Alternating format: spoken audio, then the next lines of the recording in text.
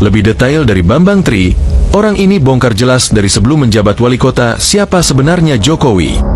Silahkan simak berita sampai tuntas biar kalian tahu informasinya secara utuh.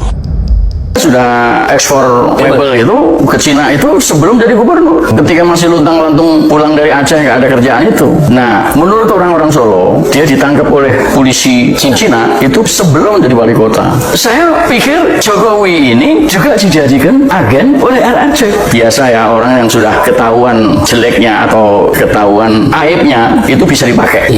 Nah, Jokowi juga begitu. Jadi pertanyaan Anda tentang siapa yang merencanakan ini semua, seorang seperti Jokowi kok bisa jadi presiden? Nah, di situ jawabannya.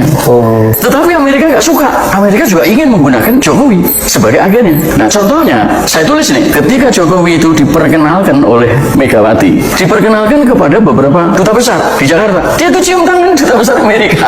Sejak itu, duta besar Amerika sering berkunjung ke Jokowi. Yang menarik, Hillary Clinton sampai datang 2 kali. Ini tidak saya tulis, tetapi beritanya bisa dicari di Google sampai hari ini. Untuk memantapkan Jokowi jadi presiden, gubernur dulu, baru kemudian jadi presiden. Bahkan sebelum itu 2006 datang Condoleezza Rice, Menteri Luar Negeri juga, untuk secure bahwa SBY melaksanakan tugasnya melindungi kepentingan Amerika. Ada satu lagi ya, satu-satunya presiden yang ketika dilantik Menteri Luar Negerinya dari Amerika datang, yaitu John Kerry. John Kerry itu datang pada pelantikan tanggal 20 Oktober 2014. Saya mau menunjukkan bahwa jalannya Jokowi sudah benar, dari wali kota ke gubernur lalu ke presiden. Sudah diatur sama Amerika.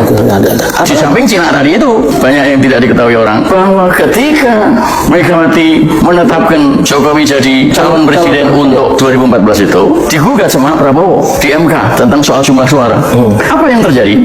Tiba-tiba Megawati mendapat buku proposal referendum di Papua, tertulis Joko Widodo. Tidak mungkin Joko Widodo akan bikin buku seperti itu pasti dari CIA. Bahkan kemudian dengan buku referendum untuk Papua ini, Megawati berangkat ke Amerika bermaksud mau menyerahkan ini kepada Obama. Dia berangkat ke Gedung Putih. Yusuf Kala yang sedang umroh dipanggil untuk ikut ke sana, ditemani oleh Sofyan Wanandi. Lalu Obama memerintahkan yang namanya John Kerry, senator, untuk menemui ketua MPR. Dugaan saya untuk melantik Joko Widodo dengan buku itu tadi, referendum itu. Jadi sudah disetujui bahwa Joko Widodo akan jadi presiden oleh Amerika. Bulan September ada pertemuan di Amerika tentang Interfaith, diselenggarakan di Melbourne, Australia. Hadir di situ seorang yang namanya Damian Kingsbury mengatakan, saya sudah mendapatkan bukunya Pak Jokowi tentang referendum di Papua. Pak Kiki Sanakri mengatakan, saya mencoba mendapatkan buku itu, tapi nggak dikasih. Jadi confirm bahwa Jokowi adalah double agent.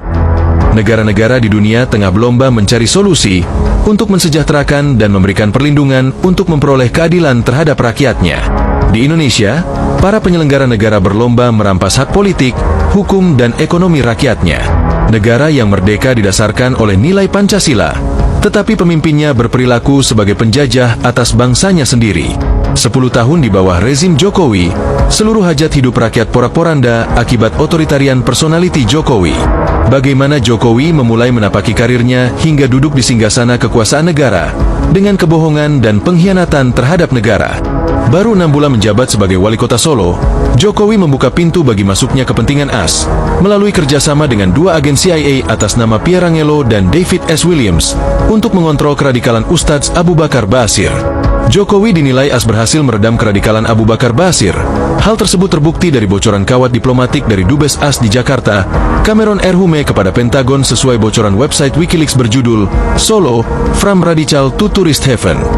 Penundukan diri Jokowi pada permintaan agen CIA yang mendatangi dirinya adalah salah satu faktor yang membuat Amerika memutuskan Jokowi sebagai kandidat pemimpin boneka Amerika di Indonesia selanjutnya. Dan untuk itu Amerika memutuskan mematangkan Jokowi sebagai calon pemimpin nasional dengan mengirim Luhut Panjaitan. Menjelang pemilu sekitar bulan Agustus 2014, menurut pengakuan seorang tokoh adat Papua Barat, Jokowi berkunjung ke Brisbane, Australia, menemui Profesor Damian Kingsbury, seorang ahli disintegrasi, dalam rangka menyerahkan dokumen proposal referendum Papua Barat. Sebagaimana diketahui bahwa reputasi Profesor Damian Kingsbury adalah Intel Advisor dari Fretilin saat jajak pendapat Timor Timur. Kingsbury juga Intel Advisor untuk gerakan separatis di Indonesia seperti GAM dan OPM. Upaya Jokowi tersebut jelas tindakan pengkhianatan terhadap kedaulatan Indonesia. Bentuk kejahatan Jokowi terhadap negara dan bangsa Indonesia tidak berhenti di situ.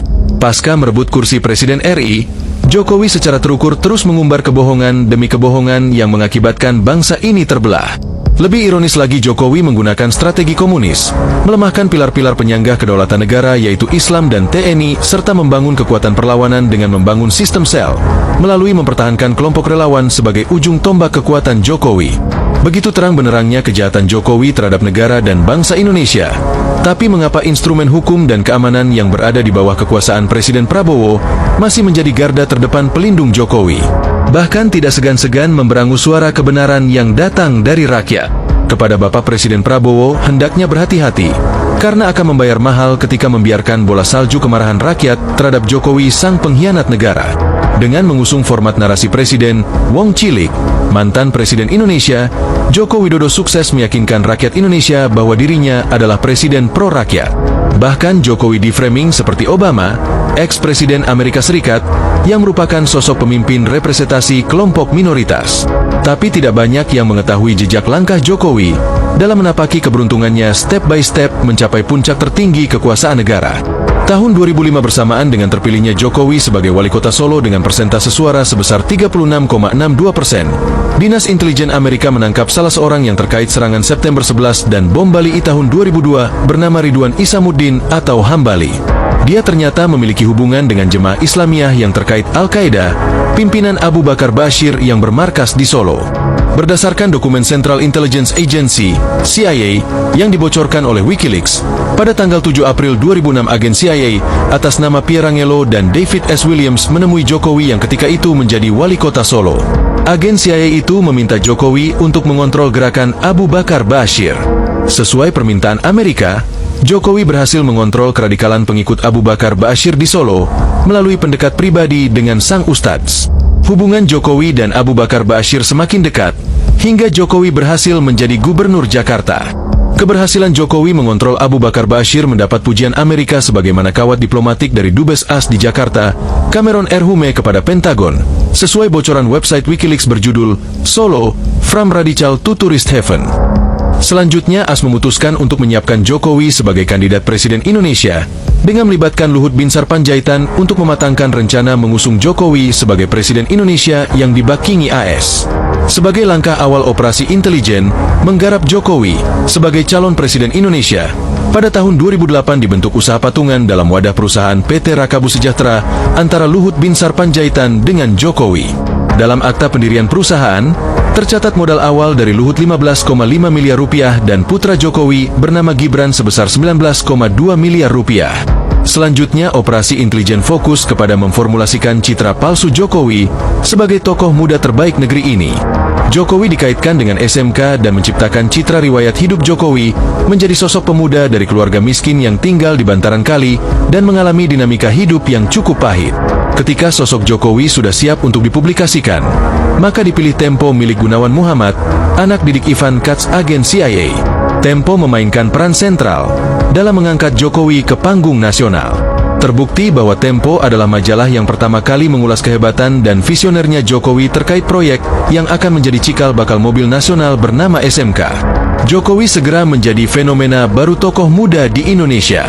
Setelah sukses menempatkan Jokowi sebagai capres, pasukan bayangan di belakang Jokowi mulai berani menampakkan diri. CSIS melalui petinggi mereka, Jacob Oetoyo mengatur pertemuan Jokowi sebanyak 2 kali dengan Dubes Amerika dan Inggris, sekali di rumahnya, dan yang kedua kali di rumah makan mewah di Jakarta Pusat, The Jakarta Post, koran milik CSIS secara terang-terangan mengawal Jokowi. Dukungan kepada Jokowi secara terbuka mulai muncul dari Gunawan Muhammad, Wiranto, Agung Gumelarhendro Priyono, Sutioso, Luhut Panjaitan. Betapa naifnya bangsa yang memiliki sejarah gemilang, tanpa keraguan menerima Jokowi sebagai kepala negara dan kepala pemerintahan. Lebih ironi lagi, keterlibatan para tokoh nasional sebagai perpanjangan tangan asing ikut dalam operasi ini. Legasi Jokowi pasca 10 tahun berkuasa hanya menyisakan porak-porandanya kehidupan berbangsa dan bernegara.